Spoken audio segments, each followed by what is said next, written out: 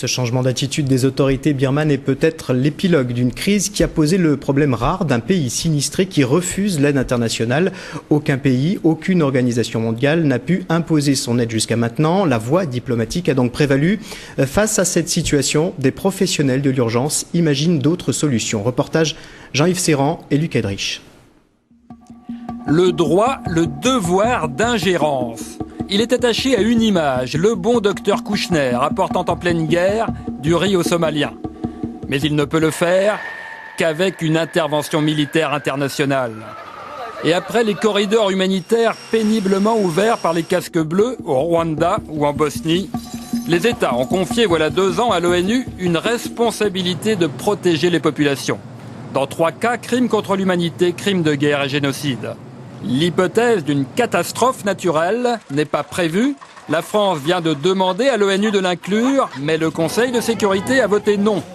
Alors, pour l'auteur du dictionnaire du droit humanitaire, le droit d'ingérence a aujourd'hui atteint ses limites. Parce que les gens s'organisent au niveau local. Il faut arrêter de croire qu'on va pouvoir l'imposer puisque les conditions ne sont pas requises. Donc ce n'est pas un vrai droit, ce n'est pas une solution concrète, pratique, efficace, disponible. C'est pas un droit opposable comme on dit aujourd'hui en France. C'est une possibilité qui a échoué. Donc à partir de là, il faut revenir sur le cadre juridique aussi normal des catastrophes naturelles, c'est on coopère avec le gouvernement, on met des secours à disposition et on évite que ces secours soient détournés. Et on évite d'envoyer l'aide par des moyens militaires comme le Mistral. Une erreur psychologique vis-à-vis d'États qui voient l'Occident comme un gendarme et craignent le débarquement d'espions.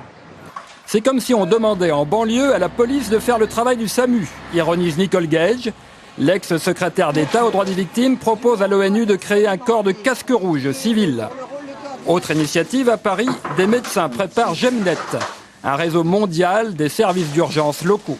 Le but, en fait, c'est de préparer un petit peu avant les catastrophes, d'avoir un réseau un petit peu international, avec des médecins, des infirmières, des logisticiens, des spécialistes un petit peu de tous les domaines, qui pourraient suivre une formation avec des standards internationaux. Avec une idée, pour agir vite, éviter l'ingérence. C'est comme si à la maison, il y avait un problème, et nous, on vient avec du matériel, mais on ne vient pas dire à ta mère comment il faut faire, ni à ton père. On dit, c'est ta maman et c'est ton père qui vont décider de la manière dont ils vont aider le problème qu'il y a eu dans la maison.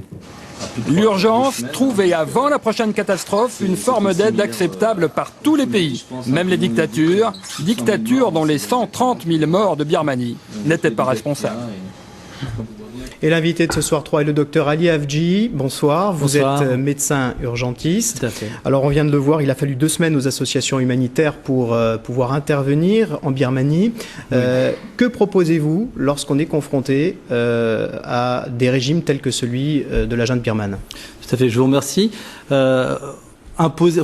Actuellement, vous savez, il y a soit le droit d'ingérence, c'est-à-dire imposer par décret une aide humanitaire, et d'un autre côté, ne rien faire. Donc, les limites sont là, et nous proposons une alternative.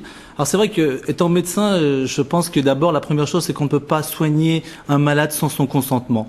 Voyez-vous, c'est un petit peu pareil. Et comment faire maintenant pour passer et aider les populations parce que, mais comment aider les populations lorsque le régime en place refuse cette aide? Mais écoutez, le régime refuse, mais nous avons que 2 solutions. Alors nous proposons une alternative qui est laquelle?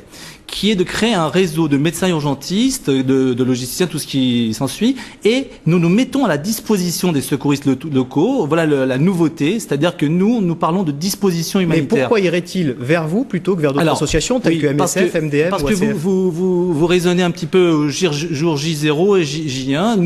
Nous espérons créer un tissu humain entre les médecins urgentistes tout au long de l'année, parce que là, évidemment, nous sommes en plein milieu de la catastrophe. Donc, qu'auriez-vous fait hier? C'est pas possible. Donc, laissez-nous le temps. Gemnet nous propose de tisser des liens humains entre les médecins urgentistes français, américains, rwandais, birmans et tout le reste aussi, parce que c'est multidisciplinaire, hein, l'action humanitaire et de catastrophe.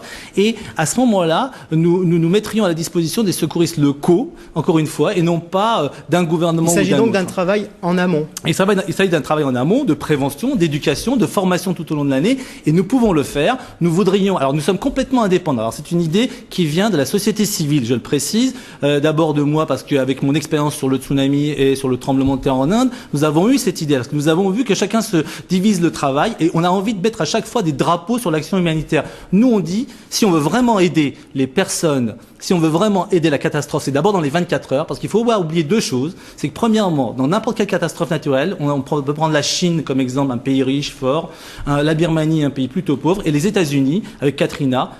Si je me souviens bien, à la Nouvelle-Orléans, ils étaient encore une semaine après sur les toits, en train d'attendre. Et donc, il y a vraiment un problème, aussi bien dans les pays riches que dans les pays pauvres. Je vous retourne la question. Est-ce que vous seriez content s'il y a une catastrophe en plein milieu de Paris, de voir débarquer les Chinois tout d'un coup comme ça? Nous proposons une alternative. Nous proposons une alternative qui est laquelle? Qui est que ce soit les médecins urgentistes, d'abord, qui dirigent cette force internationale dans le sens de direction de médecins de catastrophe, puisque la France, en plus, a une longue tradition de médecine de catastrophe. Ali Hafji, merci. Oui. On a compris le sens de votre démarche. Il s'agit surtout donc de travailler beaucoup plus en amont avec les différents gouvernements. Mais si je peux me permettre une chose, c'est que je demande à la presse et aux politiques de nous aider. 1 seconde, 10 secondes de plus peut vraiment changer le cours de l'humanité plus tard pour les interventions humanitaires. Merci d'avoir été notre invité.